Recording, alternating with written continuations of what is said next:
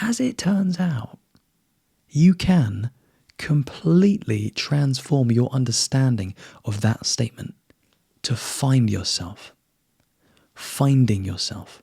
What it actually really means, if you're curious, is it actually means finding God. Now, the reason this is because when you finally find yourself is with the capital S. It's the big S self. So self as the universe, self as reality. Now, what happens with spiritual awakening is reality, which is the same thing as consciousness, it wakes up to itself. Yeah, and the reason we say this, and it's very non-dual, very non-dualistic, is because there's only one self waking up here, man. There's only you. There's only one consciousness to awaken to itself. But the crazy thing about this is when it happens, it's you. You wake up. You, as the universe, wake up. How it feels, man, is like you kind of think to yourself, no, me? Like, obviously we're not talking about ego here, but you realize, wait, I am it. No, but like I thought that was God, right? Like, yes, but that's what you are.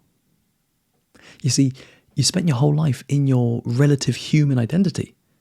You've always thought you are you as the human, as the relative self, as the small s self. Yeah, you are that too.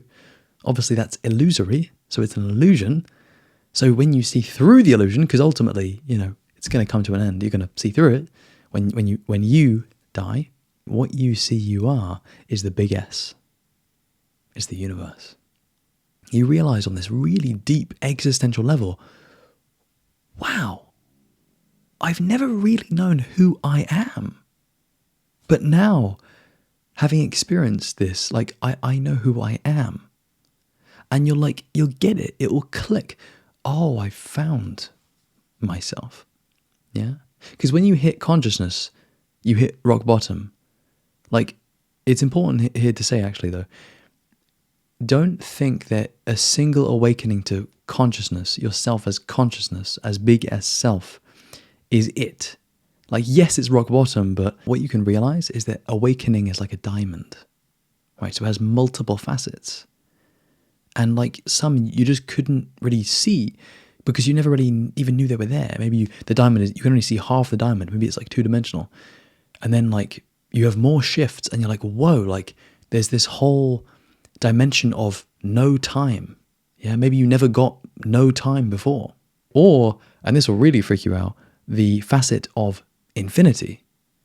If you ever experience that, man, you will really understand what spirituality is.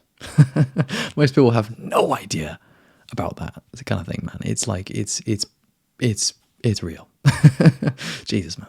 And so what happens is you come out of these experiences and you're like, oh, okay. I get it more. I understand more. I now know and I now realize why people use this term finding yourself. I see what it points to. I've experienced my absolute self, not my relative self, my absolute self, where all boundaries collapse and when there is just one thing left, the universe.